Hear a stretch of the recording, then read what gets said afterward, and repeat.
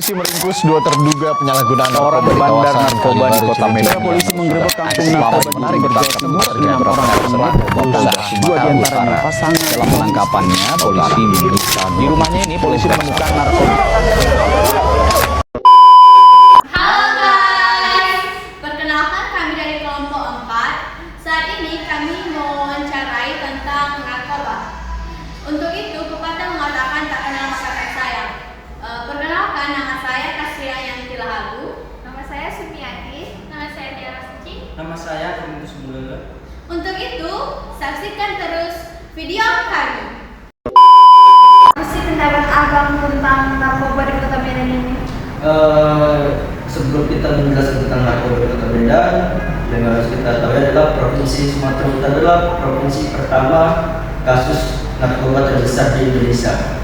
Di dalam Provinsi Sumatera Utara ini memiliki 33 kota kabupaten, yang dimana 33 kota kabupaten ini adalah salah satu kota yang paling terbesar tentang permasalahan narkoba adalah Tanjung Balai, Kisara, yang kelima adalah Kota Medan. Nah, yang pertanyaan kakak tadi kan tentang apa pendapat saya persoalan narkoba di Kota Medan. Kota Medan adalah kota yang terbesar. Di balik kota terbesar, kota indah, kota Madia, kota terbersih, namun ada dampak negatif yang kita dapatkan, yaitu adalah narkoba. Kota Medan adalah peringkat kelima tentang narkoba. Kenapa bisa peringkat kelima? Karena di sini adalah anak-anak muda yang bermain. Anak-anak muda yang menjual narkoba itu tanpa mereka sadari, mereka menggunakan itu sehingga menjadi Kota Medan yang besar ini tercemar dengan yang namanya narkoba. Tapi tidak menjadi permasalahan ketika salah satu mahasiswa seperti kakak ini yang memang paham tentang narkoba, sehingga kita bisa menghindari narkoba. Kota Medan ini sangat sulit untuk menghilangkan narkoba karena anak mudanya sendiri yang bermain. Jadi sangat berbahaya, dampaknya sangat negatif banget kalau kita bilang Kota Medan adalah kota yang nomor 5 kasus narkoba. Baik, bagaimana cara efektif agar penyebaran luasan narkoba itu tidak semakin berlanjut? Sekarang ada bagaimana cara kita tidak efektif ya, agar narkoba ini tidak menembus khususnya Kota Medan. Pertama, kesadaran diri. Ya, kita harus menyadarkan diri kita adalah anak-anak yang berprestasi. Sebagai anak-anak muda yang berprestasi, menjauhi hal-hal negatif. Yang paling utama adalah narkoba. Bagaimana cara menghindari narkoba? Sangat gampang. Bagi saya aktivis yang mengumpulkan 10.000 pelajar SMA, SMK, bahkan SMP di Sumatera Utara untuk menghindari yang namanya narkoba. Bagaimana cara menghindari? Pertama, pergaulan.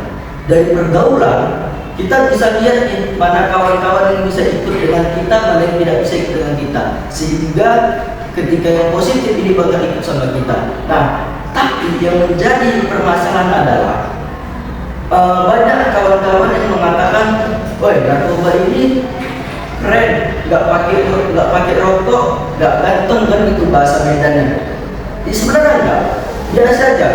Bahkan anak-anak yang berprestasi adalah anak-anak yang sama sekali tidak menggunakan rokok, apalagi narkoba. Jadi cara menghindari narkoba adalah percaya diri, ketaatan kita sama Allah, dan pastinya kita bergaul dengan orang-orang yang memiliki pola pikir yang panjang untuk ke depannya. Menurut apa saja yang bisa membuat kita para pengguna narkoba? Oke, yang membuat jerah narkoba kalau kita bicara umumnya adalah penjara ya. Penjara baru biasa sembarangan. Dan harus yang kita pahami sebagai mahasiswa adalah orang yang menggunakan narkoba itu jangan kita jauhi. Semakin kita jauhi, mereka semakin tidak memiliki percaya diri. Mereka mengurangi percaya diri mereka untuk tampil ke banyak orang. Nah, agar mereka jerah, kita kasih motivasi kepada mereka yang menggunakan narkoba. Kenapa? Orang yang menggunakan narkoba adalah orang yang masih mempunyai mimpi. Ya, selagi dia masih hidup, selagi dia masih bernafas, selagi dia masih diberikan rezeki oleh Allah, dia mesti punya mimpi. Sekarang kembalikan lagi kepada orangnya, kalau dia memiliki kemauan, dia bisa lawan yang namanya narkoba itu. Ya, untuk menghindarinya sangat mudah. Agar mereka jerah dari narkoba itu sangat mudah. Kenapa? Dia tinggal jumpa dengan teman-teman yang memiliki motivasi yang kuat, sehingga dia ikut ke kita.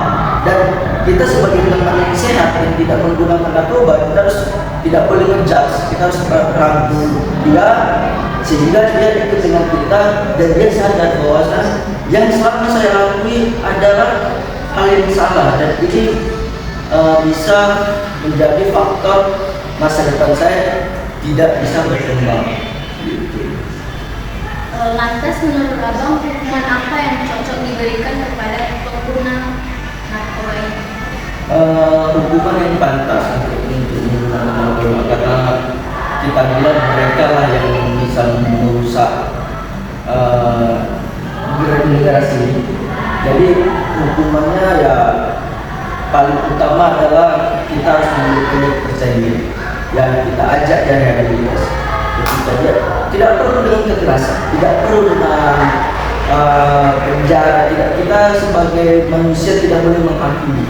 Ya, jadi cukup kita kasih kesadaran kalau memang mereka yang tidak sadar, ya kita harus serahkan sama pihak yang berwajib, sehingga nanti di sana mereka diproses, mereka tinggal pilih. Kalau mereka ingin hidupnya sejahtera, mereka akan melakukan rehabilitas. Tapi kalau misalnya mereka nggak mau, mesti mau gitu-gitu juga, ya toh di dalam jeruji pun bisa ada orang yang bermain di narkoba itu. Jadi semua ini kembali ke diri kita sendiri. Ya, kalau dia memang hukuman yang paling pantas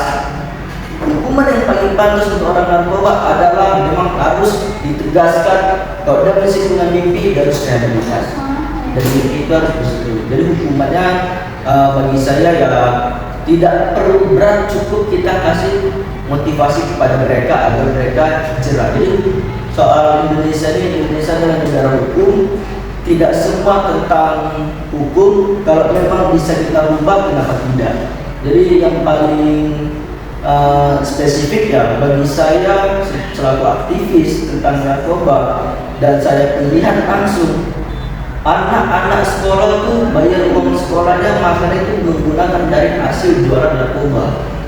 Dan itu saya tahu sendiri. Jadi yang saya harapkan adalah kita lihat penggunanya. Ketika penggunanya adalah pelajar, kita kasih dan pendidikan yang lebih layak lagi. Karena selagi dia masih hidup dengan HAM, hak asasi manusia. Jadi begitu, kalau orang yang memang dia bandar, itu yang harus dihukum berat. Jadi yang memang harus dihukum berat adalah yang bandar, karena dia yang menyebarkan, bukan yang menggunakan. Mungkin